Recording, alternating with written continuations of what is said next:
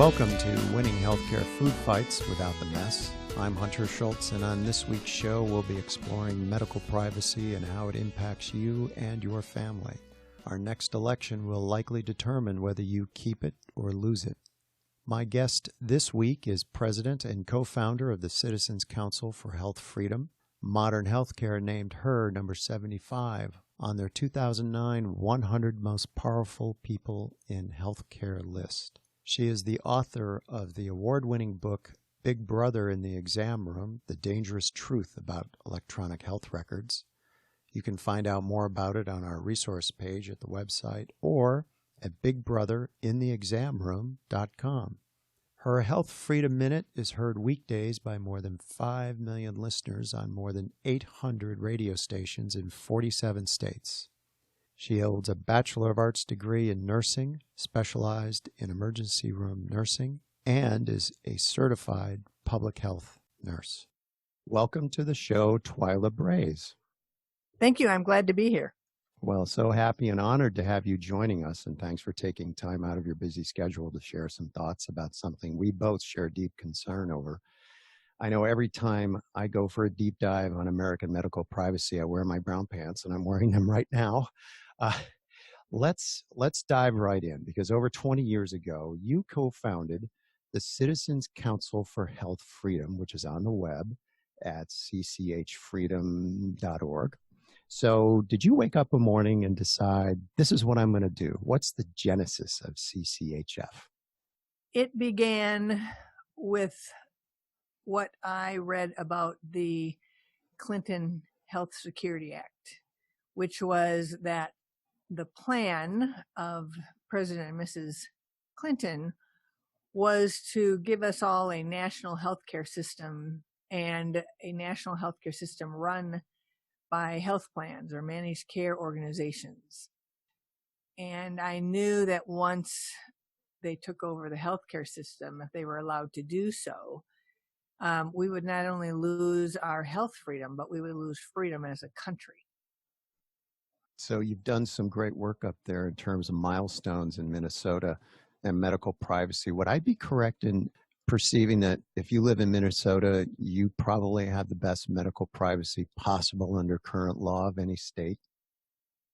Yes, but it is not originally the doing of this organization. We do have the strongest law in the nation. It was enacted about 30 years ago, before our organization ever began. However, it is one of the first issues that our organization worked on when we began. And over the last 4 to 5 years, we have had to fight against big business and big data and government agencies and researchers to keep our law in place. Because our law, unlike other states, our law says that you have to, except in 3 limited exceptions, you have to get the patient's consent before you can share the data. And at a federal level, and in every other state, those states and at the federal level, they're under something called the HIPAA Privacy Rule, which protects no one's privacy. The name is a euphemism. It should be called the Data Disclosure Rule, because it allows all these entities and all these people to have access to your data without your consent if those who hold your data, like health plans or clinics or hospitals or laboratories or x-ray facilities or whomever, if they hold your data, they can share your data without your consent. And that has recently become very clear with the news that Ascension Health System has handed over the medical records of 50 million people to Google. It has all their names, all their diagnoses, and Google is planning to data mine that information. And that's all perfectly legal under HIPAA through business associate agreements and sharing for, quote, healthcare operations, which is a huge definition of at least 65 business, non-clinical activities that have nothing to do with taking care of the patient.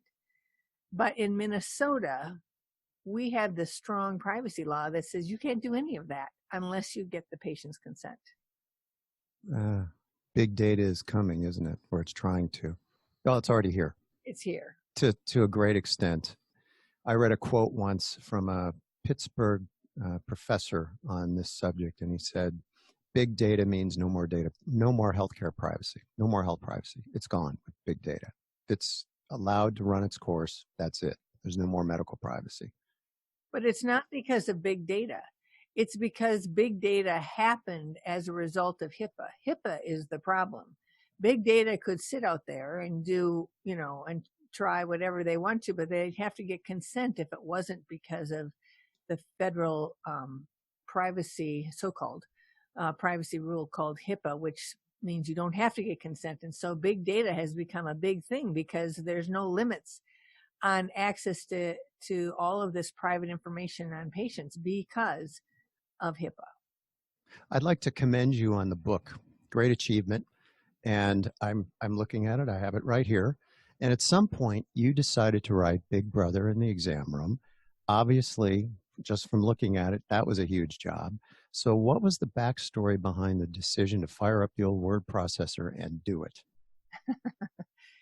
Yes, it's more than 400 pages long. It's got more than 1,500 endnotes because it had to be bulletproof.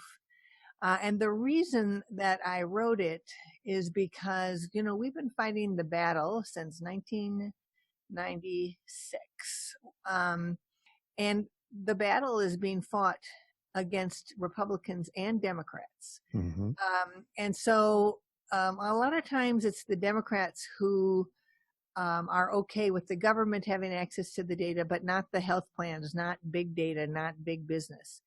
And it's the Republicans in office. I'm not talking about people on the street, but Republicans in office who, there's a lot of lobbyists from big data and big health and big government. And they're okay with the corporations having access to the data. And I have had Republicans, even libertarians, tell me that we're on the wrong side of the data issue because they need to get data on patients and patient care in order to have a marketplace. And that is just folly. Imagine that kind of reasoning with your bank records. It would never fly.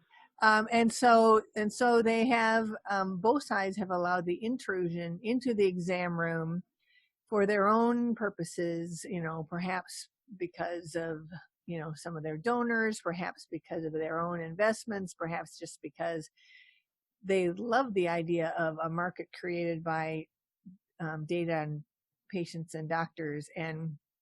But it's not really a market. That's an interesting thing. That's one of the things that I say in the book is, they're gathering this data according to things that the data industry or the government say is good medicine, but it's bad medicine. And all the reporting has taken the doctors away from the patient. And then what they're getting is not quality healthcare measurements. They're getting compliance measurements with how the outsiders want medicine to be practiced. And that's not good for any patient. And so it's like this entire industry has been developed through data taken from the patient and the doctor in the exam room, and lots of money on all sorts of angles is being accumulated using the patient's data, using the data to control the doctors, using the data to make analyses and put out that data and get money off of that data, and using the data for research that some people won't even want to be part of. So there's so much money. And what I wanted to do was I wanted to tell the story from the very beginning. And I wanted to say how we got to where we are now, that both Republicans and Democrats are letting intruders into the exam room, are controlling the doctor's treatment decisions, are putting the patients in danger. The electronic health record has proven to be a danger. There are new medical errors that come out of it. Doctors can't think critically when they're trying to just check the right boxes in order to be paid. So I talk about the dangers, and I talk about how we got to this point, which is because none of us pay, well, most of us, I should say, don't pay our own medical bills. And because we have some third party paying, and that's either the government or that's a health plan or that's an employer. And those people who are paying the bills have our money, and they can consider our money as their money, and they don't want to lose any more of it than they have to. And so they need to control the doctors. And so I have a timeline for how this country arrived at the control of third party payers in the exam room. And that's why we have all this data collection, all this data reporting, all of this happening without the patient's control over it. And patients are the ones who will suffer, but doctors are also suffering because, one, they become data clerks for the government and for the health plans. Two, they feel the ethical quandary in this because they know they're supposed to be taking care of the patients, but they're taking care of the paperwork. And then in addition, I mean, there's more doctors committing suicide now. It's more than one a day. And studies prove that the burden and the burnout of physicians is happening. The primary reason is the electronic health record. But doctors are also burdened by the fact that they're following the dictates of others in that exam room. They know what's best for the patient, but they're not allowed to do it if they want to get paid. And so lots of doctors are leaving. And one of the statistics that I have in the book is from a 2016 survey of more than 17,200 doctors. This is a very big survey of physicians. And 48% of them, so essentially half the physicians in the country, are considering leaving the practice of medicine altogether, retiring early, going into non-clinical practice like research, or going into tiny concierge practices where they only see like 300 to 600 patients. So that means at a time when 10,000 baby boomers are entering Medicare every day, half of the physicians are planning or thinking about heading for the exits. And this is primarily because of the outside control of the exam room of their treatment decisions that is empowered by the electronic health record that Congress has mandated that every doctor and every hospital put in every exam room and every hospital room. And so I needed to tell the story and let people know what danger they're in. They needed to hear that that electronic health record is not what they think that electronic health record is. It's a tool of surveillance. It's a tool of control, and it is a safety hazard for patients. Music to any author's ears, best-selling Twila Brase joining me today. So I grew up with the Cold War as a suppressive influence, literally over the entire planet. One button pushed and that's it. So we're now doing the table play settings for an electronic Cold War. And I think our personal data is going to be used against us.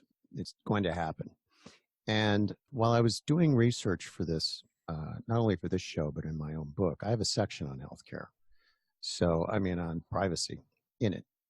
So that was enough to make me go, whoa, wait a minute. But I found in his Cleveland Clinic talk, Ideas for Tomorrow, then NSA Director Admiral Michael Rogers provided a stark contrast with the legal hoops the U.S. government has to jump through in order to access a U.S. citizen's email or listen to a phone call. And you compare that to what we have in healthcare. And I'll have the link in the description of the show. And if you fast forward to the 22-minute, 39-second mark about medical privacy and that threat, and I've got it written down here, and I want to quote it. He said, "We live in a world now where suddenly this information has value for a lot of different purposes, not all of which are to ensure our health, and that's not good. Call me anything you want, but Admiral Rogers is way, way smarter than yours truly. It's clear to me that we need to clamp down on access to personal health information, not opening more doors and windows to it. So, Twila, please change my mind." Well, I'm not going to change your mind, because the fact of the matter is that the data will be used against people, particularly in was it Ronald Reagan, or was it, who said that, in the twilight of your years, or the at birth when you're not perfect, or when you have a disability, or even looking at people's genetics.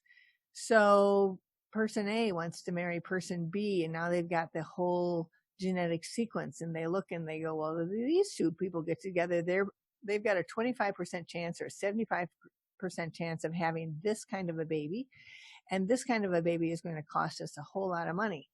And so we need to either, require or recommend or whatever preconception testing, or, genetic, I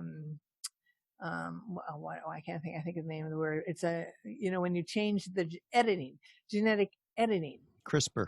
Yeah, CRISPR, right? And then if you're older at a certain age, because everybody they'll know what the age is, they'll know what the diagnoses are, they'll know all of that. There'll be things that aren't even available to you because they'll have all this information. Now, a lot of your listeners are probably limited when I'm talking about all this information. They're probably limiting their thinking to, diagnoses that they have, or medications that they've taken. But your listeners need to expand greatly on that, because what's happening today is the whole movement towards social determinants of health information. And that means things like your ability to access food, your income, what are your housing conditions like, what kind of family situation are you in? This is a collection of basically all the information on your life. What are you doing on social media? And then, people are making errors, I think, when they go into the patient portal of their clinic and they start adding more information about their life to the patient portal. This is considered patient-generated information. And it helps to, fill in the details of your profile. You might even share your sister's name or your parents' name, or, what you did. You ate a certain food when you're out at, wherever, right? People are starting to put in all this information. Well, it doesn't just sit there in the patient portal of your doctor's office, because the whole plan, starting with the mandated government electronic health record, because it has to be government certified, it's got to be government designed, it's got to do what government says. That's what's in everybody's exam rooms today.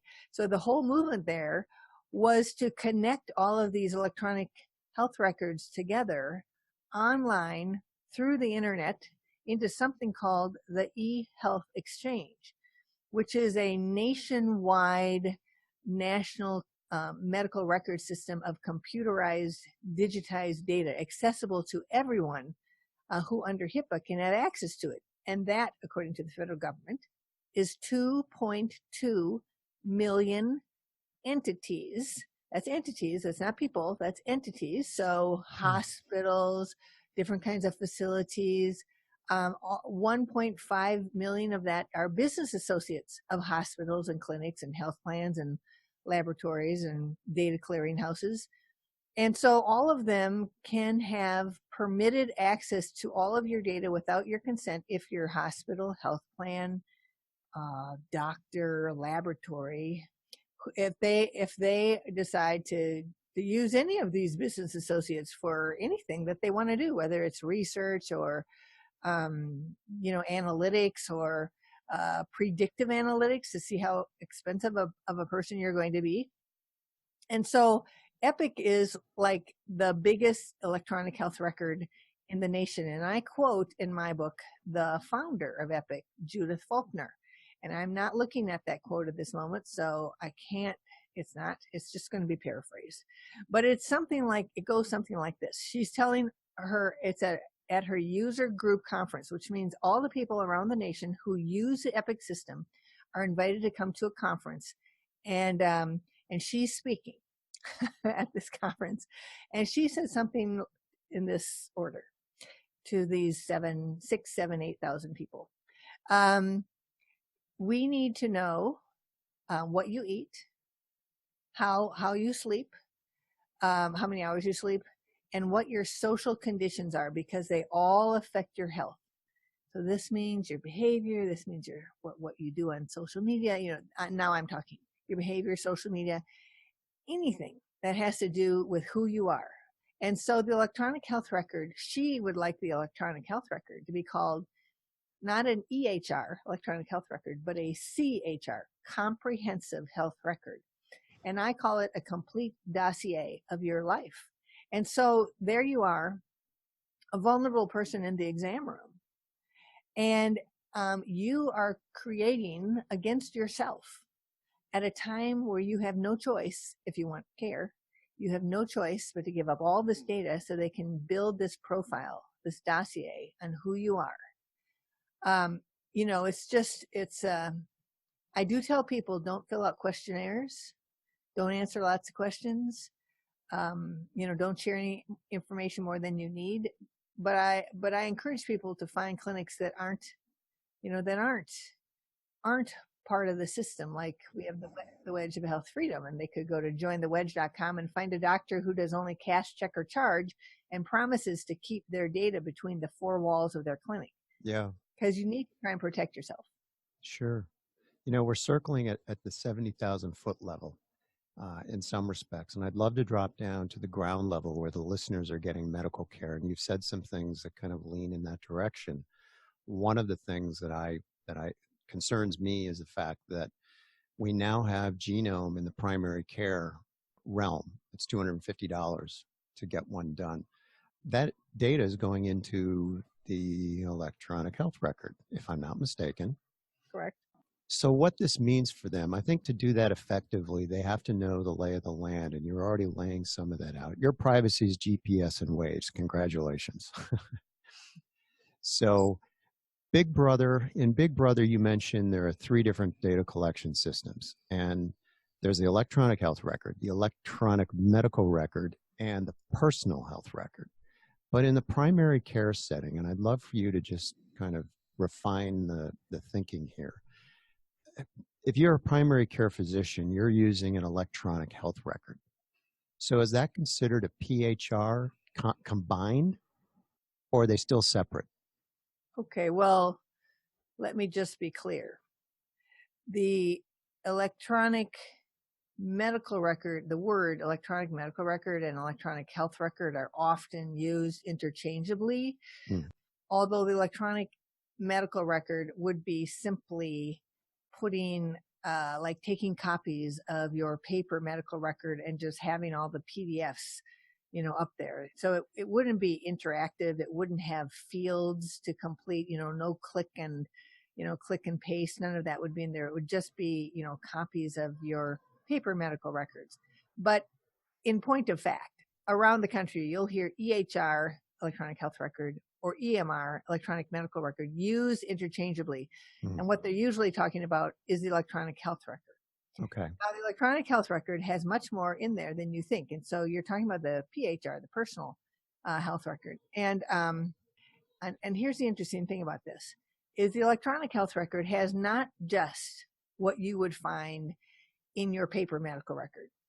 It has your the patient's financial information in there. It can have information that the administrators put in there.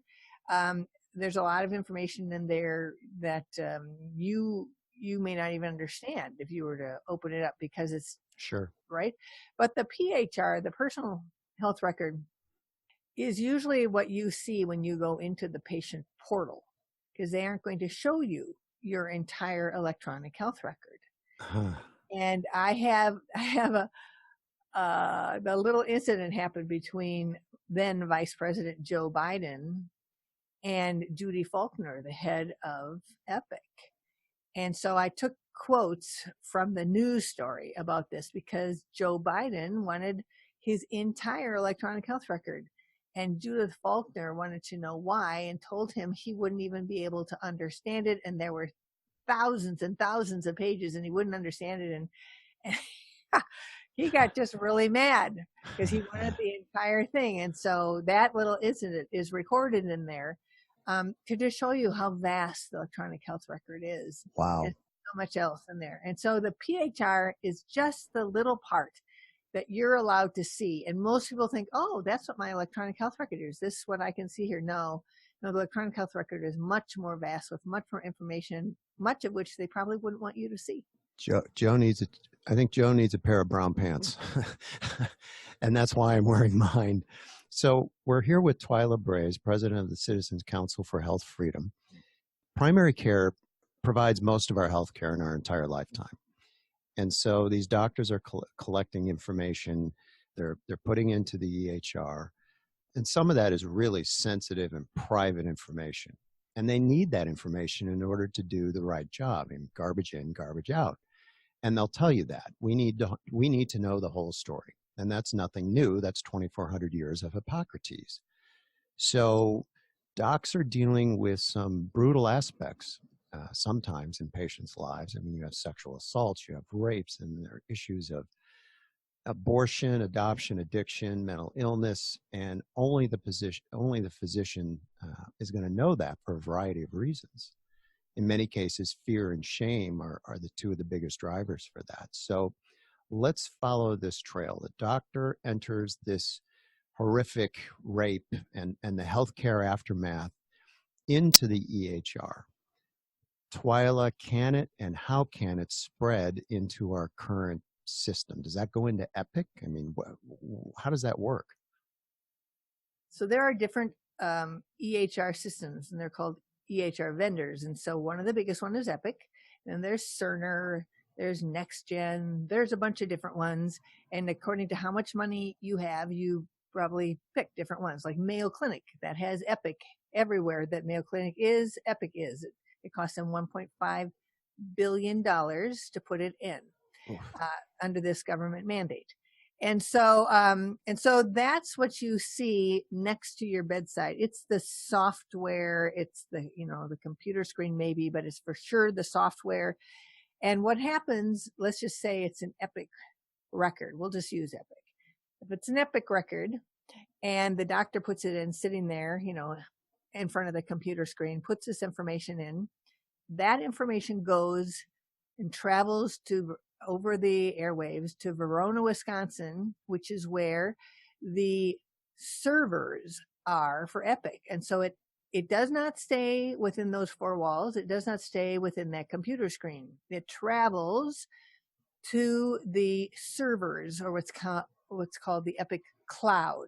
And a cloud is just where you've got these big servers, data collection servers that are sitting somewhere. It's like when 9/11 happened, right? Mm-hmm. One of those companies got to start up their business the very next day because all of their data went into a whole server system that was far from New York City, right? As a protection for their business. Sure. Well, that's what happens with Epic. It goes far away into Epic's server system.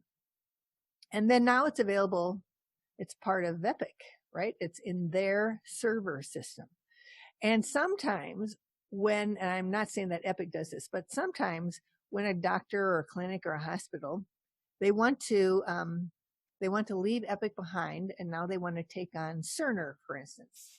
It can be hard for them to get all their own data out of the former system because the former system doesn't want to let it go. The former system, like Epic in this case, would like to hold on to all that data on all those patients, right? So once it leaves the structure of the clinic, some people say possession is 90%. Well, the possession is happening over at Epic. Now then Epic might join in with the electronic health exchange. And so they could hook themselves up to the national medical record system that the government is creating called the eHealth Exchange. And now anybody else across the country who's part of the eHealth Exchange, if the doctor gives them permission, they can tap in to the data that's sitting in Epic. But it's not only that. Let's just say you're at Mayo Clinic in Minnesota and your records are at Cleveland Clinic. I can't remember if Cleveland has Cerner or Epic, but let's just say it has Epic just for the fun of it here. So you're far away, and both, and your records are far away in an Epic system over here, and you want them. Well, Epic has this program called Care Everywhere, I think. And so the whole staff of the clinic that you're at can tap into the information from the clinic that you were at. And one of the ways that you can figure out as a patient exactly how broad the access is to your data, sometimes it's just by calling up the clinic and asking to see what happened at your last appointment. And you might have the clerk read over all the doctor's notes, the diagnoses and everything to you because they have the access. And and thumb drives, and well, that, yes. But I have talked to workers at clinics of big systems who have, there was one worker who said, you have no idea how far away we have to go to make sure that our colleagues can't see what we went to the doctor for. Wow.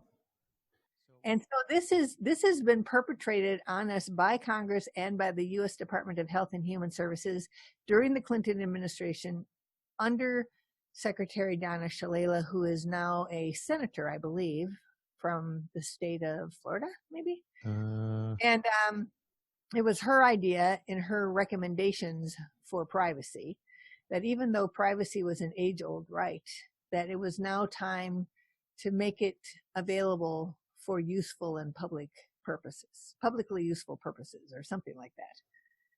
And that's how they took away all the consent rights, the legal consent rights, the legal, before HIPAA, a doctor wouldn't share your information because they were afraid of getting sued. Mm-hmm. Now there's no private right of action for you to even sue them. That was taken away by HIPAA. So all your consent rights and all your legal rights were taken away by HIPAA, and so all the sharing is happening without your consent. I guess one of the biggest fears I have is with Medicare for all and single payer and essentially a government system like NHS in England, and they have their own issues now. 329 million Americans, and all their health data is going into a database, and you now have the world's most hunted database. In my research for this, and I hope people understand that when I started researching this, a lot of these questions came up as just I had no idea. It's scary when I see what's going on, that CMS, which runs Medicare, they have access to personal health information through contractors. CMS has to audit their provider payments, or the GAO would have kittens, I would suspect. And correct me if I'm wrong in any of this.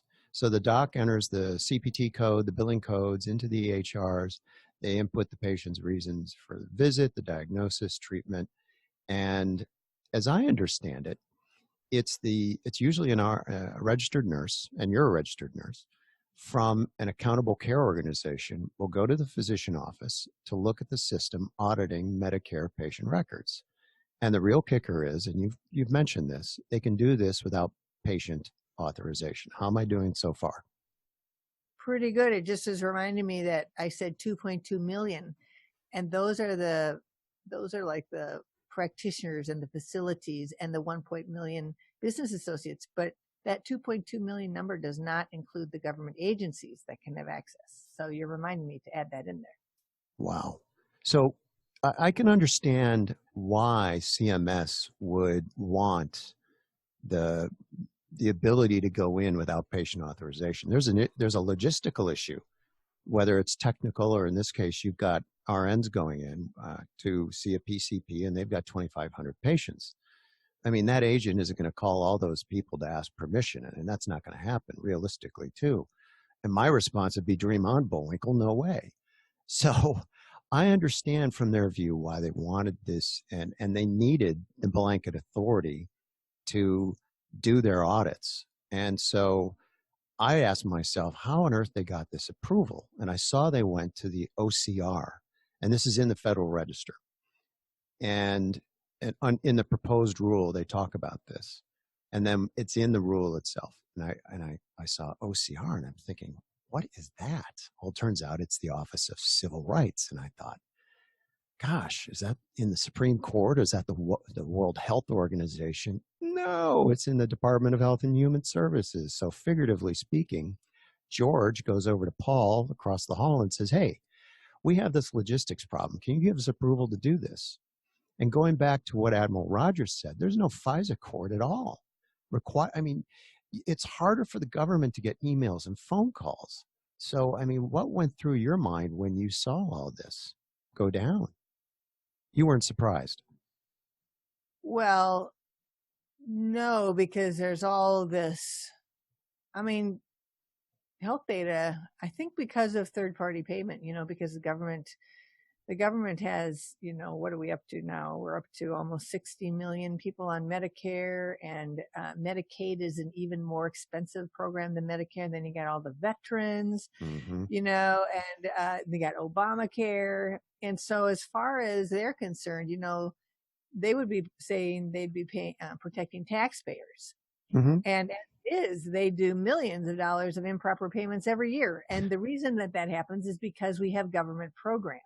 And so it's just like this vicious circle. You create government programs, which create such an atmosphere and ability for fraud. And then you say, we've got to find these people. So we're going to get all the data about everyone. And then you make the patients even more vulnerable about having all of their data. And it doesn't stop the improper payments. But I think about your listeners, and I think, oh, they probably put up their hands and they've thought, well, there's no hope, there's no help, there's no nothing. But I can tell you that, there are different administrations with different directors of the OCR. And right now there's a director of the OCR who's willing to be kind of controversial on things. Like religious freedom and he's went up against some of the Obamacare regulations. He stripped them down. And so, we have asked the director of OCR to bring back the right of consent. Because here's the interesting thing. The law passed in 1996 called HIPAA, and there's no privacy in that word. It's the Health Insurance Portability and Accountability Act, HIPAA. And out of that act was this requirement that either Congress write a law for privacy, or HHS, the U.S. Department of Health and Human Services, was required to write a rule for privacy. And when they wrote that, and nothing in the law required them to strip Americans of consent rights and to take away privacy. It didn't say to protect privacy and protect consent, but it also didn't require it to be taken away. And as I said, it was Secretary Donna Shalala who decided that privacy must go so that the data was available for all sorts of other purposes. And so HHS today and the Office for Civil Rights today could, if they wanted to, simply strip out the permissiveness of HIPAA and put back in a simple requirement for written, informed, voluntary patient consent for sharing of medical record information. They could do it. They could. So I don't know if they will, but we are pressing them, and we have pressed them on the fact that nobody or so many people who refuse to sign the HIPAA form. That's a campaign of ours to refuse to sign the HIPAA form. So many people who refuse to sign that, or the acknowledgement of the acknowledgement statement that they have read, received, or understood the notice of privacy practices. One of those two people refuse to sign. And when they do, sometimes hospitals or clinics say, well, we aren't going to see you because you're required by law to sign that. But that's not true.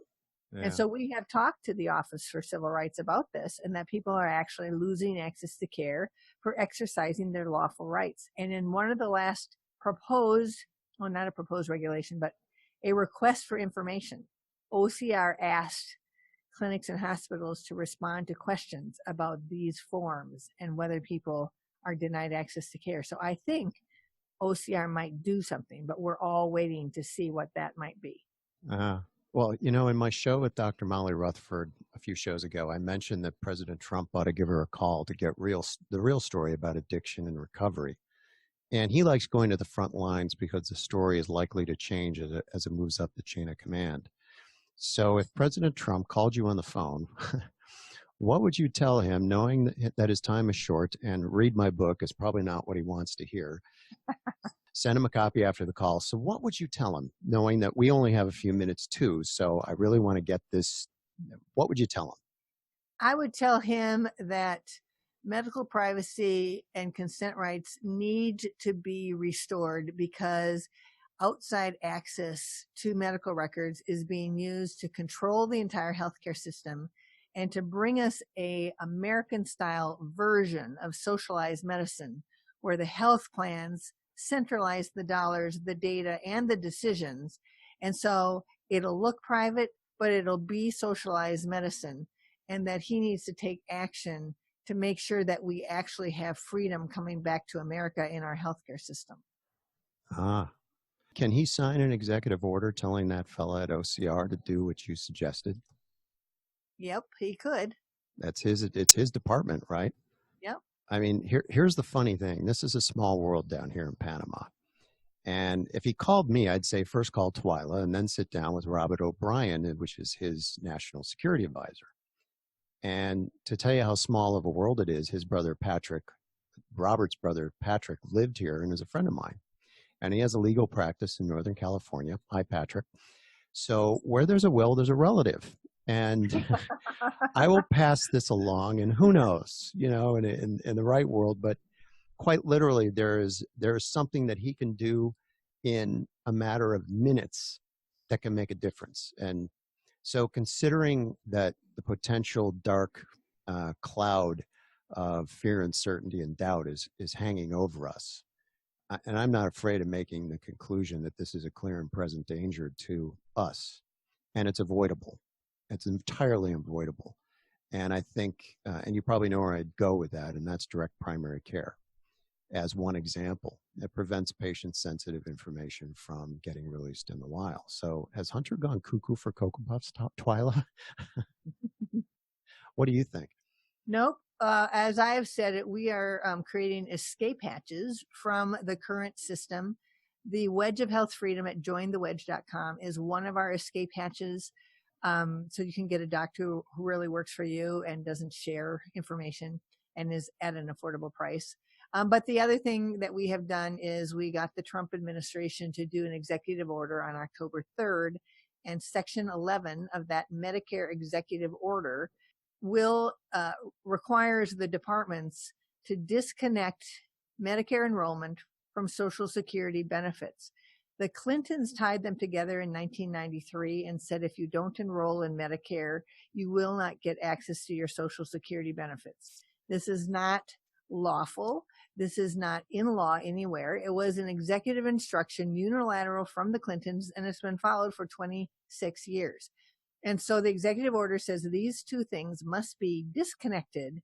And that, of course, will start the road towards private coverage for a lifetime for seniors and for all the young people today who really should not expect to have Medicare in their future because, according to the trustees, it's probably going to be insolvent in 6 years, 2026.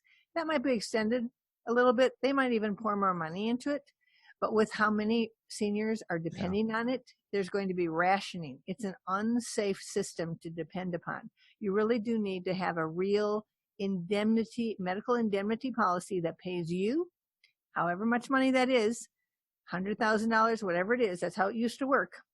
Pays you, and then you pay your doctor in your hospital. And that will just make everything affordable. That'll make everything better. That'll make you simple. Well, yeah, and patient care will be centered around you. It won't be about what the outsiders say can and cannot be done. Right. Twila Brase, president of Citizens Council for Health Freedom. That's cchfreedom.org. Thanks so much for joining me. And your comments on how the data travels from the primary care doctor on up into the system, that was really helpful because I didn't know what that was, and I'm sure the listeners didn't know how that worked. And so thank you so much for coming on the show. You're welcome. Thank you for inviting me. Well, it's an honor. And to my listeners, thank you too. We're going to have this episode up on our YouTube channel, so your comments are appreciated. And what's your own privacy perception? Have a discussion there. The appropriate links, that things we discussed, videos in the book, everything that Twila mentioned, we'll have that on the website at winhff.com. That's all for now, and please join me each week as we take a deeper dive into aspects of healthcare you won't find anywhere else. And there you are. Thanks for listening to the Winning Healthcare Food Fight Show. Hit the subscribe button to hear more expert thinking on getting better care without the mess.